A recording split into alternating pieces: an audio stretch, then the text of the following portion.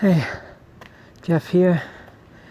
Welcome to another episode of Netflix and Slay. I know it's not a super popular title, but I can really, I don't know, I think we might go with it. We'll see. We might stick with it. No guest today, but that's in the works. Hopefully we're going to get a guest. And today we're going to be talking about a movie. What else should I cover before I get into the movie?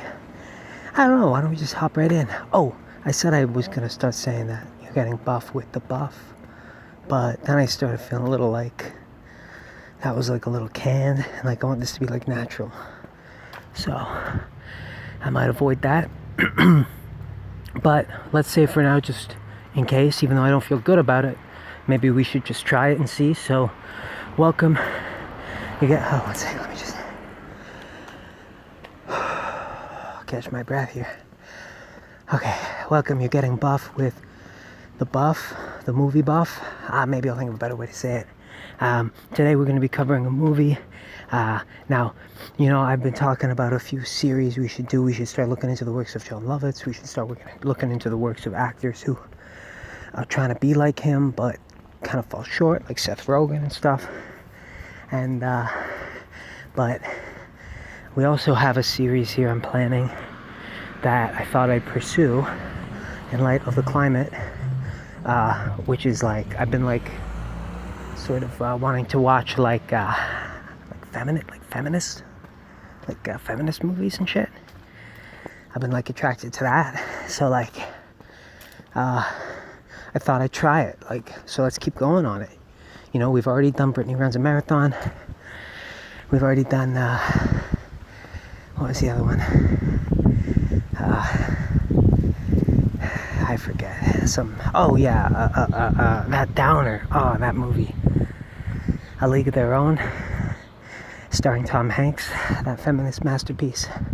But it was sort of a downer, and I kind of gave up 2/3 of the way in when Dina Davis and Madonna sort of like left and got upset, and then I don't know, my girl just turned it off. And anyway, this one though, today, I thought, why don't we do a deep dive? Maybe I should come up with a musical sting for deep dive into the works of Jane Austen. So we're going to be doing Persuasion, 2007, I think. That's 2007 Persuasion. I think starring that girl from, what was that chick's name? Sally Hawkins from The Shape of Water.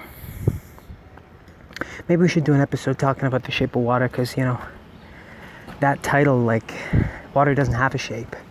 Listen to Bruce Lee talk about it. There's no shape, that's the whole point of water. So it's sort of a stupid title, and maybe we can get into that if we do an episode on that one. But not today. Today we're talking about Persuasion and the movie's adaptations of the Jane Austen's books. So 2007, it's an older movie, and you can tell that in the way it's made and how it's about the times of Jane Austen. So I kind of watched this pretty good. I was on my phone a lot of time, but I was watching pretty good, and there was a score that was very like a musical score. That's what that means. That was very sort of moody and provocative emotionally.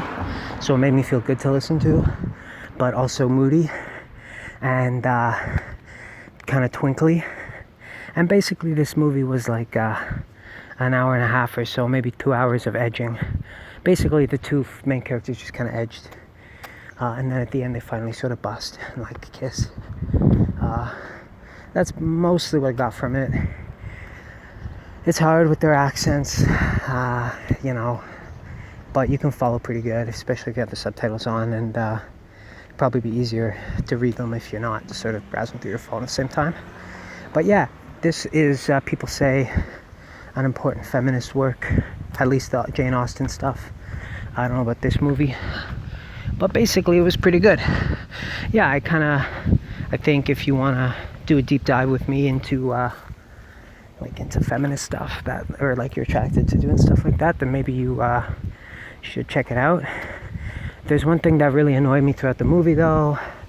Basically, the main character, she kept the camera kept like cutting to her face and shit, and she kept like looking at me, like looking into the camera. It's like, what the fuck? You know, I'm not a fucking idiot. Like, I'm not fucking stupid. I know it's a movie. You know, you don't have to go and look in the camera and look right at me and act like I'm really there, because I know I'm not fucking there. You're looking at a camera. I'm not a fucking idiot. You know? So I don't know, are you trying to pull one over on me? You think I'm an idiot? Or what? I don't know, maybe you're trying to turn me on or something. Like, look at me in the eyes. Like, is that what you're trying to provoke me? Because that's not cool. That's not feminist. You know? So that bothered me. It happened a lot. It actually happened a lot. I'm surprised I had as good a reaction to this movie as I did, because that sort of upset me. But in general, I'm into edging and like shit. So that was pretty hot and like pretty romantic in like a sexy way. And yeah, so that's all I got on this one. I think I might continue this series and see if I can do another Jane Austen. We're gonna really just explore this works and like make sure people understand how important it is of a time now to think about like, you know, like women and like feminist stuff, you know, for like progression. And because now that's what I'm all about, you know. And you know me, I'm political, and I think that movies can be political, and I think that you know, Oscar Wilde had a famous quote about how art is a flower, and art in itself, its whole purpose is that it has no function, and that's what's valuable about art. But I challenge that, because I think that art can be super political, and I think moves to depoliticize art is actually really destructive. And in fact, I know that the CIA in the past has led ops to do that very thing and focus on depoliticized art in lieu of political art to stop social movements and stop the world from being pushed forward. So I really advocate for all of you, if you can, anyone who's sound of my voice, to check out some of this like some of this feminist, like, it's kind of like some of this feminist stuff. Just check it out. So anyway, we can do a deep dive together, and like and that sounds good. Okay, so I'm gonna get back to working out. I'm gonna go for a run, and I encourage you to do the same. I'll see you later. Peace out. Bye bye.